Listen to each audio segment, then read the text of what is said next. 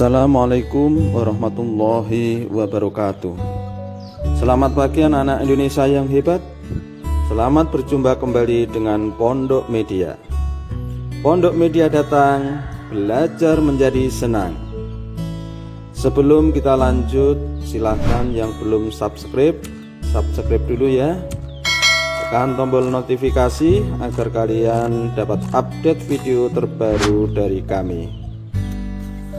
Hari ini kita akan belajar tema 3 seri pendalaman materi muatan pelajaran IPA tentang sistem pencernaan manusia. Mari anak-anak, hari ini kita akan belajar tentang sistem pencernaan manusia. Kalau kemarin kita sudah belajar sistem pencernaan hewan, kali ini kita akan belajar tentang sistem pencernaan pada diri kita sendiri. Materi kita hari ini sebenarnya ada 3. Yang pertama adalah organ pencernaan manusia dan fungsinya. Yang kedua adalah gangguan organ pencernaan manusia. Dan yang ketiga adalah menjaga kesehatan organ pencernaan. Akan tetapi karena nanti kalau kita bahas semua terlalu panjang, untuk video kali ini yang saya ambil adalah organ pencernaan manusia dan fungsinya. Sementara untuk gangguan organ pencernaan manusia serta menjaga kesehatan organ pencernaan, kita sambung ke video berikutnya. Karena itu silahkan di subscribe, kemudian bunyikan lonceng notifikasi agar kalian bisa mendapatkan notifikasi jika video berikutnya nanti saya unggah. Kita lanjutkan. Nah, ini materi kita yang pertama, yaitu organ pencernaan manusia dan fungsinya. Anak-anak, perhatikan gambar ini ya. Ini adalah gambar keluarga yang sedang makan bersama. Alhamdulillah, sungguh nikmat ya. Alhamdulillah kita diberikan rezeki dari Allah Subhanahu wa taala sehingga dapat makan. Makan itu adalah suatu kenikmatan. Juga dengan kesehatan kita bisa merasakan nikmatnya makanan. Itu juga nikmat dari Allah. Kalau kita menghitung nikmat dari Allah, rasanya tidak akan terhitung. Ya. Mudah-mudahan kita senantiasa dijadikan Allah orang yang selalu bersyukur. Marilah kita pelajari ciptaan Allah yang ada di dalam tubuh kita sendiri. Nanti kalian akan semakin kagum dengan kekuasaan Allah lewat tubuh kita sendiri yang akan kita pelajari. Mari kita lanjutkan. Fungsi organ pencernaan yang pertama adalah menghancurkan makanan hingga jadi seperti bubur. Ini fungsi dari organ pencernaan. Kemudian yang kedua, memecah makanan secara mekanik dan kimiawi. Nanti akan kita pelajari lebih dalam lagi. Yang ketiga, mencegah racun dan bakteri masuk melalui makanan. Yang keempat, menyerap sari-sari makanan ke dalam tubuh. Dan yang kelima, membuang sisa-sisa makanan yang sudah tidak dibutuhkan tubuh. Nah, ini adalah gambaran alat pencernaan kita, ya, dari mulut sampai anus. Mulut, kerongkongan, lambung, kemudian ada usus halus, kemudian ada usus besar, kemudian anus. Ini adalah gambaran awal yang akan kita pelajari hari ini ya. Kita ke mulut dulu. Yang pertama mulut ya. Perhatikan gambar ini. Bagian mulut merupakan langkah pertama dalam sistem pencernaan manusia. Proses pencernaan dimulai saat kamu mengambil gigitan pertama pada makanan. Pengunyahan makanan oleh gigi inilah yang disebut pencernaan mekanik. Kemudian nanti di dalam mulut ada lidah, ada gigi, dan ada kelenjar air liur yang akan membantu dalam proses pencernaan di dalam mulut. Nah, kita pelajari satu-satu. Ya, gigi dulu ya. Ini adalah gigi. Gigi kita, perhatikan ini ya. Ada berapa anak? Untuk gigi orang dewasa ada 32. Nah, gigi seri yang bawah ada 4, atas ada 4, 8 ya. Gigi taring bawah ada 2, atas ada 2, berarti 4. Dan gigi geraham ada berapa? Kita hitung 1, 2, 3, 4. Nah, dengan 5 geraham depan ini ya. Berarti 5 dengan 5 10. Nah, yang atas 10 berarti 20. Ditambah 4 ditambah 8, 32. Nah, itu gigi orang dewasa. Kalau lain dengan gigi anak-anak biasanya nanti, nah ini ada, ini bagian gigi ya. Bagian gigi ada gusi, ada email, ada mahkota. Dan tadi saya singgung ya, gigi orang dewasa dan gigi anak-anak itu berbeda karena ada gigi yang belum tumbuh ya. Nah, coba ini perhatikan penampang gigi ini ya. Gigi yang geraham ketiga yang paling ujung sekali di dalam itu akan tumbuh usia antara 17 sampai 21 tahun. Gigi geraham kedua akan tumbuh di usia 12 sampai 13 tahun. Jadi kalau usia kalian belum mencapai ini, kemungkinan gigi geraham kedua kalian belum tumbuh yang ini ya, geraham kedua ini. Apalagi yang ini nanti tumbuhnya jika sudah berusia 17 tahun ya. Kita lanjut. Kemudian setelah gigi, di dalam mulut ada juga lidah. Fungsi lidah yang pertama adalah mengatur letak makanan saat dikunyah. Kemudian yang kedua, membantu menelan makanan. Dan yang ketiga, mengecap rasa makanan. Untuk mengecap rasa makanan, bagian lidah itu dibeda-bedakan ya. Perhatikan gambar ini. Ini bagian lidah, penampang lidah. Perhatikan. Bagian yang paling pangkal lidah ini bagian yang sebagai perasa rasa pahit. Nah, kemudian yang tepi bagian dalam itu merasa asam. Ya, perasa asam. Kemudian yang tepi bagian luar perasa asin dan paling ujung perasa manis. Nah, untuk mengingat-ingat biasanya kalau untuk mengingat-ingat buatlah jembatan ini ya, yang sulit diingat itu ini asam dan asin ini kadang terbalik. Nah, supaya kalian tidak terbalik, nah buatlah jembatan keledai. Jembatan keledai itu istilah untuk mengingat-ingat agar kita lebih mudah, mungkin dengan singkatan, mungkin dengan istilah-istilah yang mudah diingat. Nah, kalau kita mengingat ya, kita urutkan abjad saja. Yang dari atas M dengan N dulu mana? Asam dan asin, belakangnya M dengan N. KL M N berarti dulu asam, maka yang dulu itu atas dulu baru bawah MN. Asam asin itu adalah metode untuk mengingat supaya tidak terbalik. Kalau yang pangkal lidah dengan ujung lidah sudah jelas ya, yang sana pahit, yang sini manis. Makanya katanya kalau minum pil yang pahit, nah, letakkan di sini, kemudian dilempar masuk ke dalam, jangan melewati ini. Ya, katanya tidak pahit, tapi walau bagaimanapun mesti kena ini ya. Oke, lanjut. Kemudian air liur, ya, pernyataan air liur.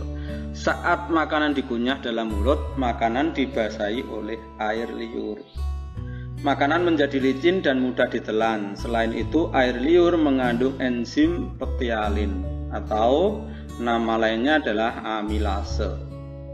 Enzim ini berfungsi untuk mengubah atau mencerna zat tepung atau amilum menjadi zat gula secara kimiawi. Karena itulah nama pencernaannya dinamakan pencernaan secara kimiawi. Itulah sebabnya saat mengunyah nasi dalam waktu yang lama kita akan merasakan manis. Nah, ini contoh pencernaan kimiawi. Kalau anak-anak mungkin mau mempraktekkan, silahkan nanti anak-anak ambil nasi, kemudian makan, kunyah sampai agak lama ya. Kemudian rasakan, nanti akan terasa manis karena di situ ada zat tepung yang diubah menjadi zat gula oleh enzim amilase atau pektialin. Dan selanjutnya, setelah diproses di mulut, makanan akan melalui kerongkongan. Kerongkongan ini merupakan penghubung antara rongga mulut dan lambung. Terdiri dari otot yang lentur. Makanan yang berada di dalam kerongkongan akan didorong oleh dinding kerongkongan menuju ke lambung. Namanya gerakan meremas-remas oleh dinding kerongkongan ini dinamakan gerak peristaltik. Kita lanjutkan. Oh, ini contoh apa gambarnya ya. Nah, ini dari mulut. Nah, ini gerakan meremas sampai nanti makanan terdorong ke lambung. Kita menuju ke lambung.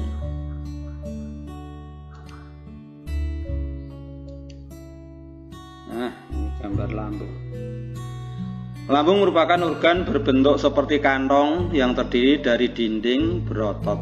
Di dalam lambung terjadi sistem pencernaan mekanik juga. Kalau di mulut tadi pencernaan mekanik dilakukan oleh gigi, sekarang di lambung pencernaan mekanik dilakukan oleh dinding lambung, yaitu gerakan meremas. Diaduk dan diremas oleh dinding lambung. Nah, maka ini dinamakan pencernaan secara mekanik ya, oleh otot polos dinding lambung ya. Di bagian lambung juga terjadi pencernaan kimiawi, di mana makanan dicerna oleh enzim dalam getah lambung. Nah, dinding lambung itu juga menghasilkan getah lambung yang di dalamnya ada enzim-enzim. Enzim itu antara lain adalah sebagai berikut. Yang pertama, P, singkatan dari enzim pepsin. P ini hanya untuk mengingat-ingat saja ya. Tugasnya atau fungsinya mengubah protein menjadi pepton, kalau disingkat PPP. Pepsin, protein, pepton. Nah, itu hanya untuk mengingat-ingat saja supaya mudah diingat. Yang kedua, R, enzim renin, mengendapkan protein susu menjadi kasein. Kemudian yang ketiga adalah asam klorida. Fungsinya membunuh kuman dan mengasamkan makanan. Nah, ini kalau kita singkat PRA, di dalam lambung ada pra apa? Terserah kalian. Pramuka misalnya. Loh, di dalam lambung kok ada pramuka? Nah, ini hanya untuk mengingat-ingat nama-nama enzim yang ada di dalam lambung. Kan lebih mudah. Kalau ada pertanyaan, ada soal di lambung itu enzimnya apa saja ya? Oh, masih ingat kemarin itu ada di video pembelajaran ada singkatan pra, di dalam lambung ada pramuka. Kan lebih mudah mengingat ya. Pepsin, renin, asam klorida. Fungsinya juga hampir mirip-mirip dengan namanya pepsin, protein pepton. Renin mengendapkan protein susu menjadi kasein. Kalau saya singkat renikasian. Kasian apa? Renin protein menjadi kasein. Nah, ini hanya untuk mengingat saja. Kemudian asam klorida sudah jelas, mengasamkan makanan, asam mengasamkan makanan, dan fungsi dari asam itu adalah membunuh kuman ya, bibit penyakit. Kita lanjut. Kemudian makanan akan dikirim ke usus halus. Usus halus itu terdiri dari yang pertama usus 12 jari. Usus 12 jari adalah bagian usus setelah lambung, bagian usus halus setelah lambung. Fungsinya untuk menyalurkan makanan ke usus halus dan mencerna makanan secara kimiawi. Karena di situ terdapat dua muara, yaitu saluran dari ke pankreas, ini adalah pankreas, masuk ke pankreas itu menghasilkan getah pankreas. Kemudian di sini hati menghasilkan empedu, disimpan di kantong empedu, kemudian nanti disalurkan ke ini usus 12 jari. Nanti ada fungsi sendiri. Kalau getah empedu, nanti fungsinya apa? Enzim amilase tripsin lipase, fungsinya apa? Kemudian bagian usus halus yang kedua adalah usus kosong. Permukaan usus kosong terdapat jonjot-jonjot usus yang disebut villi. Fungsi utama villi adalah memperluas permukaan usus, penyerapan, gunanya untuk menyerap makanan. Hampir 90% penyerapan nutrisi terjadi di bagian usus halus ini dan selanjutnya diedarkan ke dalam aliran darah dan limfa. Kemudian yang ketiga adalah usus penyerapan. Bagian akhir pada saluran pencernaan usus halus, ini adalah usus penyerapan. Nutrisi seperti vitamin B12, garam, empedu, air, dan elektrolit yang belum diserap oleh jejunum, usus kosong, itu nanti akan diserap di bagian usus penyerapan ini, oleh bagian halus ileum. Seperti jejunum, usus ileum juga memiliki villi.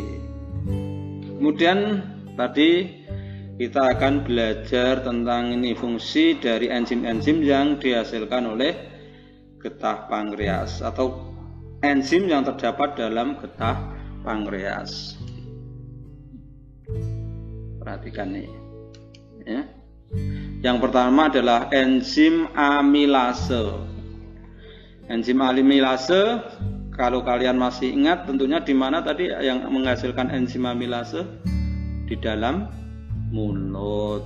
Fungsinya juga sama, karena enzimnya sama, yaitu mengubah zat tepung menjadi zat gula. Kemudian yang kedua, enzim tripsin. Enzim tripsin fungsinya adalah mengubah protein menjadi asam amino. Kemudian yang ketiga adalah enzim lipase. Enzim lipase adalah mengubah lemak menjadi asam lemak. Ini untuk memudahkan mengingat, enzim yang ada di dalam getah pankreas itu adalah ATL, amilase tripsin lipase. Silahkan kalian buat kata-kata, terserah, yang penting kalian mudah untuk mengingat. Kita lanjutkan. Setelah dari usus halus, maka makanan akan dikirim ke usus besar. Tadi sari-sari makanan sudah diserap di usus halus, sekarang tinggal sisa-sisanya atau ampasnya. Di dalam usus besar, sisa makanan mengalami pembusukan. Pembusukan ini dibantu oleh bakteri yang dinamakan Escherichia coli atau dikenal dengan bakteri coli. Kemudian air dan garam yang ada di dalam sisa-sisa makanan tadi yang masih ada akan diserap oleh usus besar ini. Setelah itu sisa makanannya dikeluarkan melalui anus dan dalam bentuk tinja, dikeluarkan ini. Di sini terjadi proses penyerapan air tadi. Karena itu anak-anak kalau sudah pingin ke belakang jangan ditahan. Mengapa? Karena kalau lama berada di dalam ini, air banyak yang diserap, maka tinja kita atau sisa-sisa makanan yang ada di dalam usus besar ini nanti akan lebih kering karena banyak airnya banyak diserap, maka akan menjadi keras dan sulit untuk dikeluarkan. Nah, ini juga akan mengakibatkan bermacam-macam penyakit kalau kalian tahan. Segera kalau sudah pengen ke belakang, segera ke belakang. Demikian sistem pencernaan kita dari awal, dari mulut sampai ke anus sudah kita pelajari bersama. Nanti kalau kalian mempelajari tentang peredaran darah, sari-sari makanan yang diserap di usus halus nanti akan dibawa darah bertemu dengan oksigen yang diambil dari paru-paru dalam pernapasan, akan terjadilah pembakaran atau oksidasi. Nanti akan kita pelajari dalam sistem peredaran darah manusia. Demikian yang bisa saya sampaikan untuk kali ini. Mohon maaf jika ada kesalahan maupun kekurangan. Jangan lupa yang belum subscribe silahkan subscribe ya. Dan silahkan tekan tombol notifikasi biar nanti kalau ada video yang baru kalian dapat notifikasi dari kami. Terima kasih. Wassalamualaikum warahmatullahi wabarakatuh.